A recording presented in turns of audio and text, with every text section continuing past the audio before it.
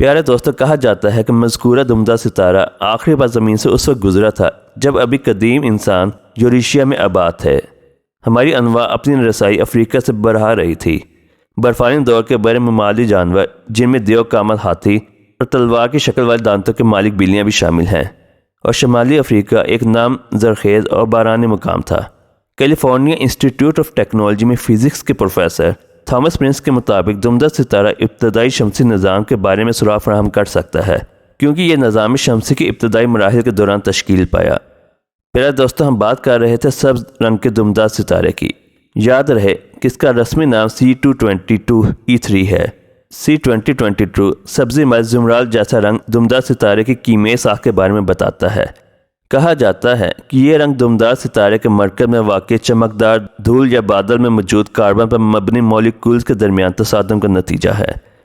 خلائی تحقیق کا امریکی ادارہ ناسا اس دمدار ستارے کو جیمز ویب اسپیس ٹیلیسکوپ کی مدد سے مشاہدہ کرنے کا ارادہ رکھتا ہے، جس سے نظام شمسی کی تشکیل کے بارے میں سراغ مل سکتا ہے۔ پیارے دوستو، اب سوال یہ پیدا ہوتا ہے کہ ستارہ آیا وہی ستارہ ہے جس کا ذکر احادیث میں آیا ہے یا کوئی اور ستارہ؟ تو اس حوالے سے امام جعفر صادق کا یہ فرمانا ہے کہ جب یہ ستارہ نمودار ہوگا تو اس ماہ سفر کا مہینہ ہوگا، لیکن جس ستارے کا ذکر ہو رہا ہے جب یہ ستارہ دیکھا گیا یعنی فروری کے مہینے میں، تب تو ماہ رجب تھا، یہ سفر کا مہینہ نہیں تھا، اس لیے ستارے کو ستارہ نہیں مانا جا سکتا جس کا ذکر حدیث میں ہوا ہے۔ پیارے دوستو، یہ نشانی پوری ہو چکی ہے یا نہیں، اس بارے میں حتمی طور پر کچھ نہیں کہا جا سکتا۔ بہرحال بہت سی نشانی ایسی بھی ہیں جو کہ پوری ہو چکی ہیں۔ اگر احادیث پر غور کریں تو مشرق وسطیٰ کے زوال کا آغاز ملک شام سے شروع ہوا، لیکن شاید عرب حکمران یا تو یہود و نصارہ کی چال سمجھ نہ سکے یا بے رخی اختیار کی، لیکن وجہ جو بھی ہو یا نہ ہو، سرکار دو عالم صلی اللہ علیہ وآلہ وسلم کی بتائی ہوئی علامات کو تو ظاہر ہونا ہی تھا۔ حدیث پاک میں ارشاد ہے، رسول پاک صلی اللہ علیہ وآلہ وسلم نے فرمایا، جب اہل شام تباہی و بربادی کا شکار ہو جائیں تو پھر تم میں سے کوئی خیر باقی نہ رہے۔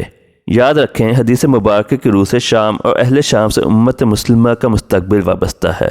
اگر ملک شام ایسے ہی برباد ہوتا رہا تو پوری امت مسلمہ کی بھی خیر نہیں۔ ویسے تو 90% ملک شام برباد ہو چکا، لہذا ملک شام مکمل تباہی کے بعد اب نزاع کی حالت میں ہے۔ اس حدیث مبارکہ کے حساب سے عرب ممالک کے سنہرے دور کے خاتمے کی اہم وجہ ملک شام کے موجودہ حالات ہیں۔ گویا کہ نبی کریم صلی اللہ علیہ وآلہ وسلم کی ایک اور پیشگوئی کی علامت ظاہر ہو رہی ہے یا ہو چکی ہے۔ یاد رکھیں کہ ملک شام کے متعلق اسرائیل، روس، ایران اور امریکہ جو بھی جھوٹے بہانے بنائیں، ان سب کا اصل ہدف جزیرہ العرب ہے، کیونکہ کفار کا عقیدہ ہے کہ دجال مسیحا ہے۔ اس وجہ سے یہ لوگ دجال کے انتظامات مکمل کر رہے ہیں، جس کے لیے عرب ممالک میں عدم استحکام پیدا کرنا ہے، کیونکہ ملک شام پر یہود و نصارہ قبضہ کرنا چاہتے ہیں اور یہ ہو کر رہے گا، اور حضرت امام مہدی علیہ السلام کے ظہور سے قبل ہوگا۔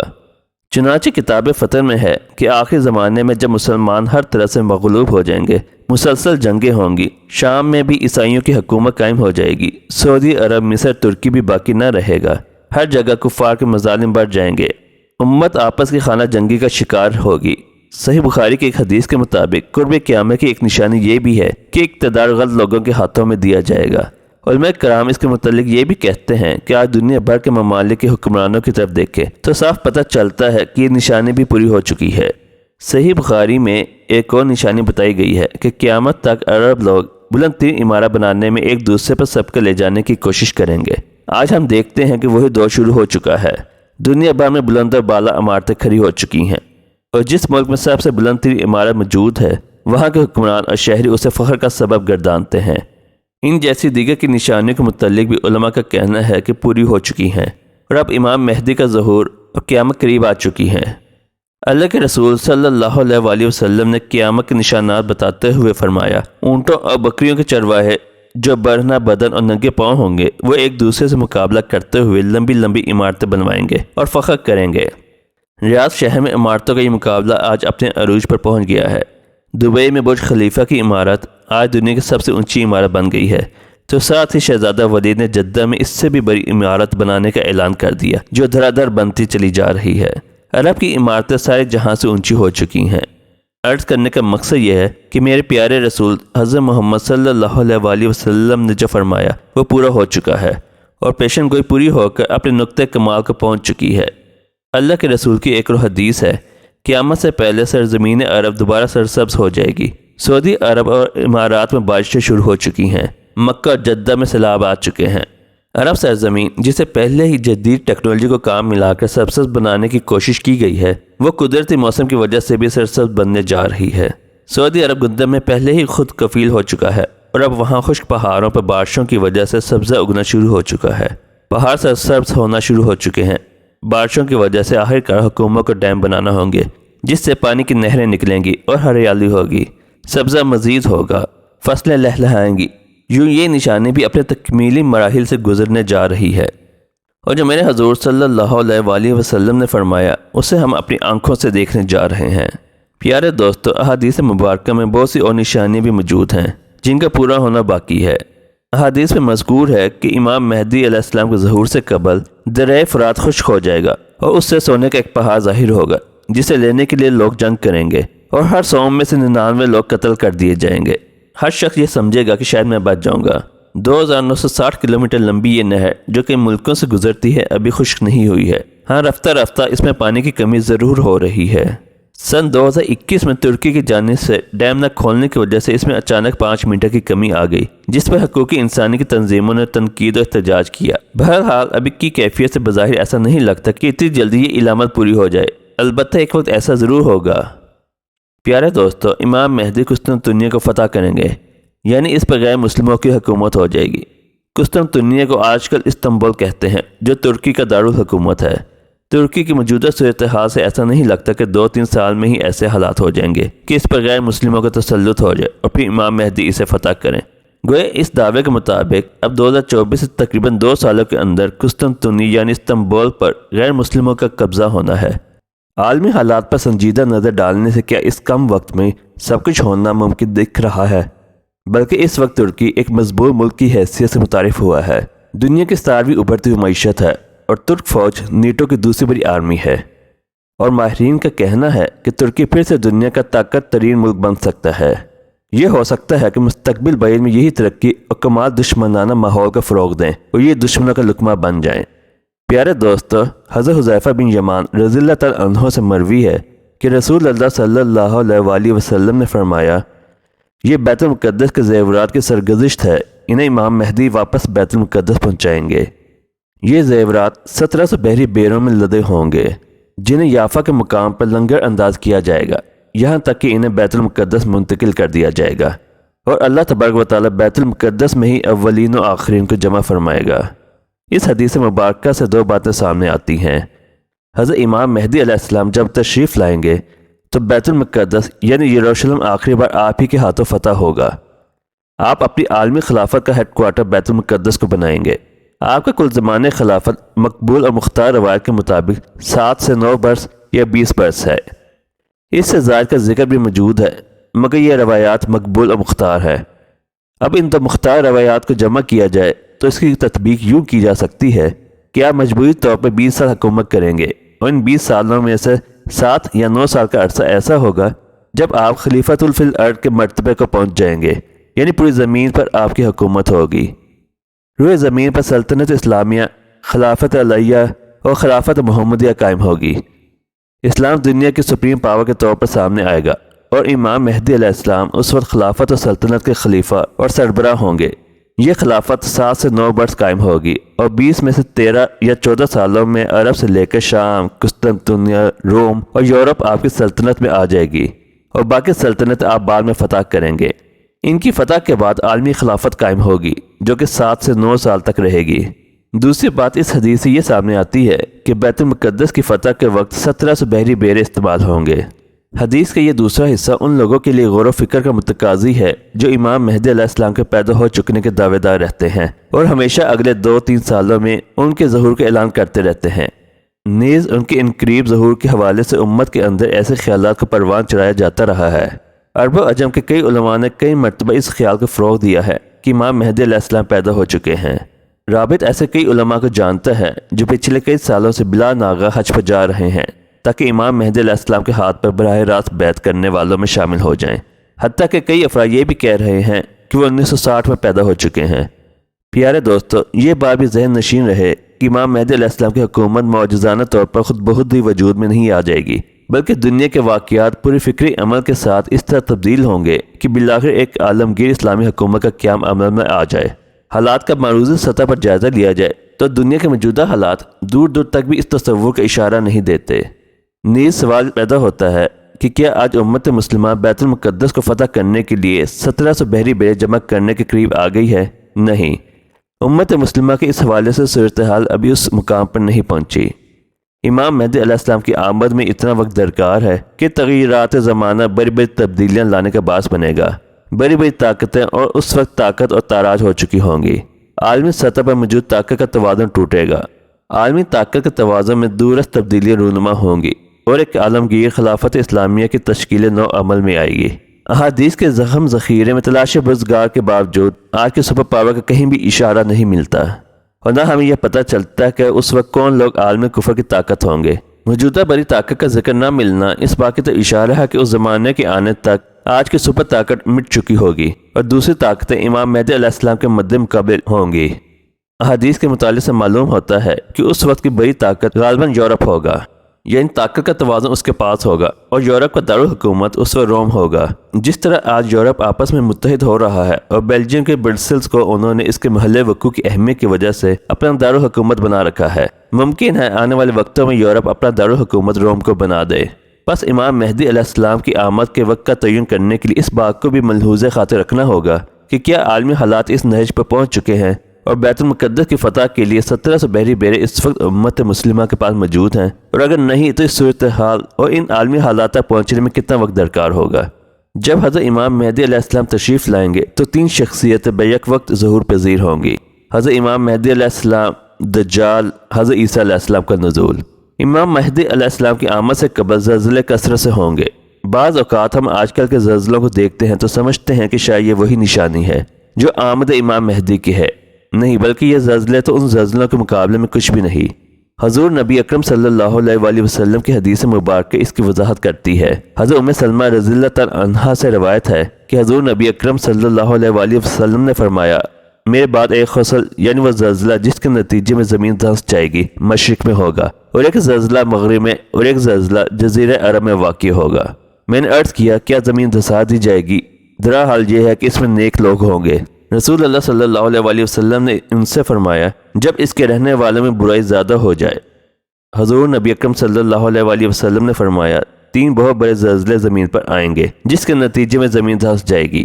یہ زلزلے درجہ مقامات پر ہوں گے: کرۂ ارض کے مشرقی جانب، کرۂ ارض کے مغرب کی جانب، سرزمین عرب پر۔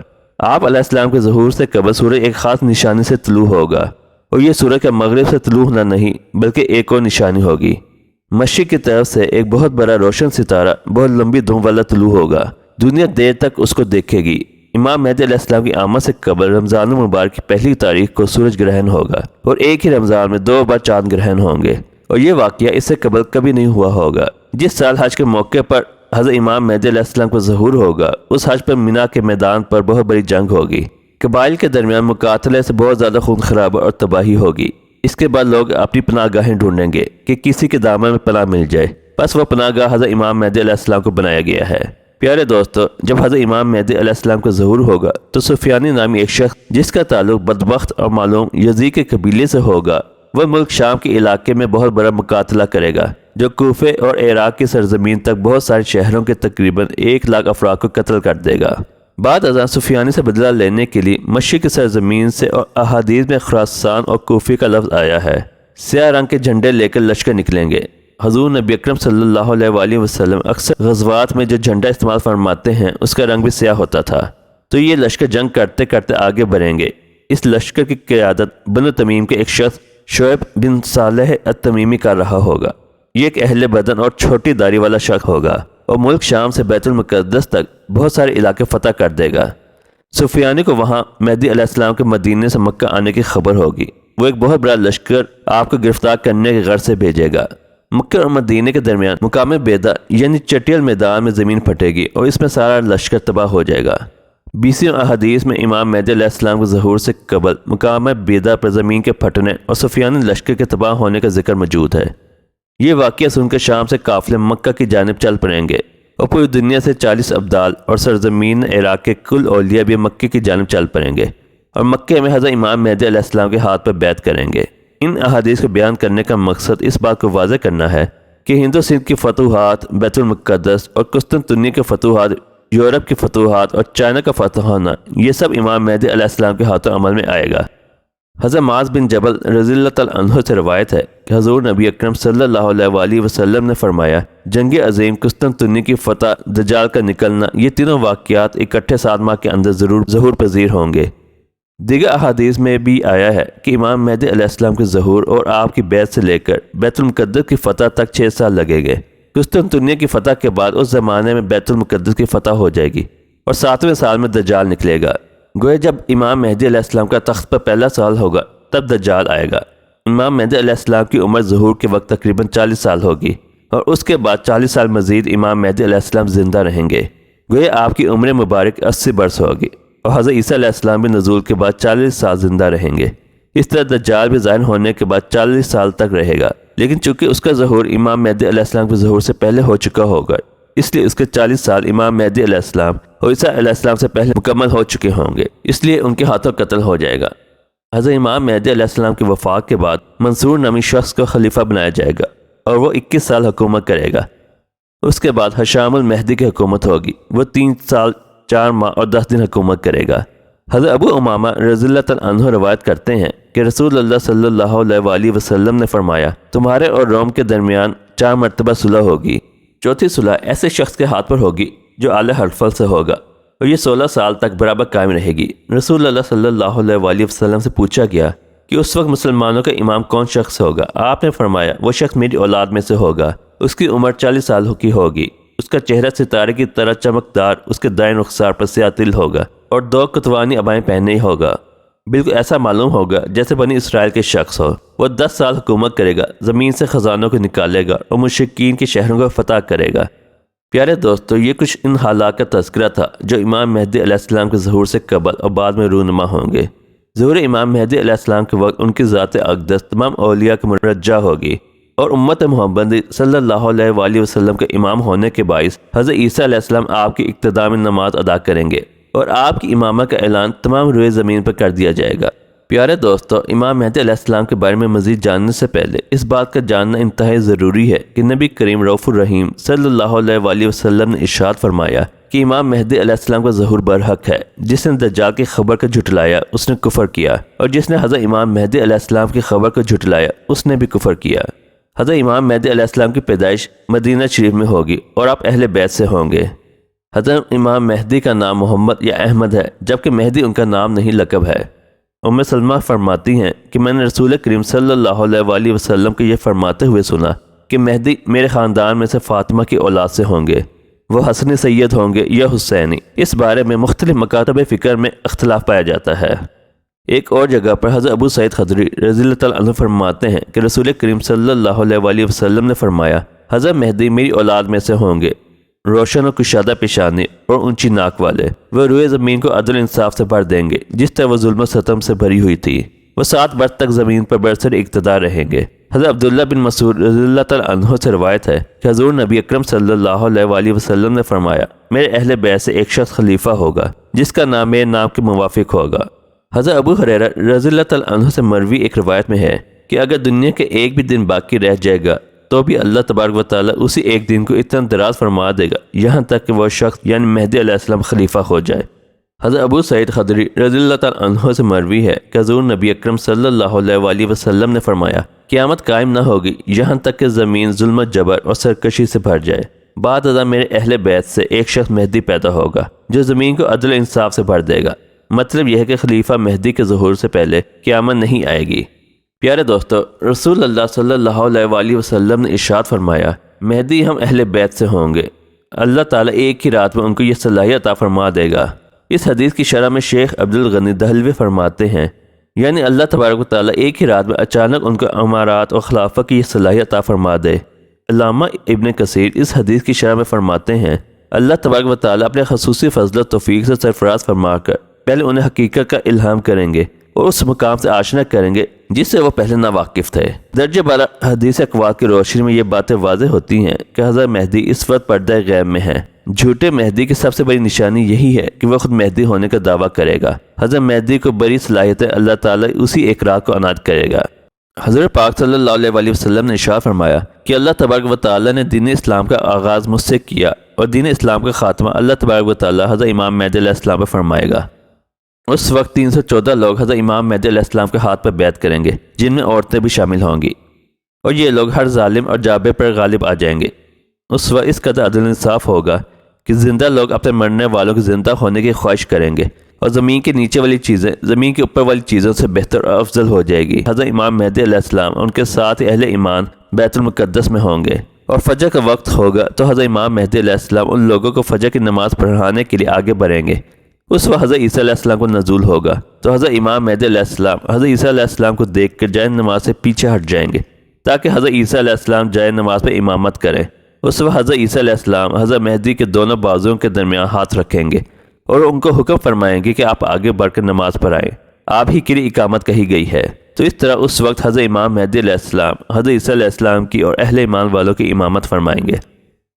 حضرت امام مہدی علیہ السلام دنیا کے اندر اس طرح بادشاہت کریں گے جس طرح حضرت ذوالقرنین علیہ السلام اور حضرت سلیمان علیہ السلام نے بادشاہت کی تھی۔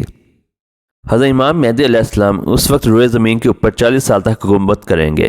اس وقت روئے زمین اپنے اندر چھپے ہوئے تمام خزانوں کو نکال دے گی، سونے اور چاندی کے ستونوں کی طرح۔ پیارے دوستو، حضرت امام مہدی علیہ السلام اپنی زندگی کے تمام تر معاملات اور تمام جنگیں حضور پاک صلی اللہ علیہ وسلم کی سنت کے مطابق لڑیں گے۔ پیارے دوستو، امید کرتے ہیں آپ کو آج کی ویڈیو پسند آئی ہوگی۔ اگر آپ اس چینل پر نئے ہیں تو چینل کو سبسکرائب کر دیں اور بیل آئیکن کو پریس کر دیں تاکہ آپ اس طرح کی مزید اسلامی واقعات پر مبنی ویڈیوز سے مستفید ہو سکیں۔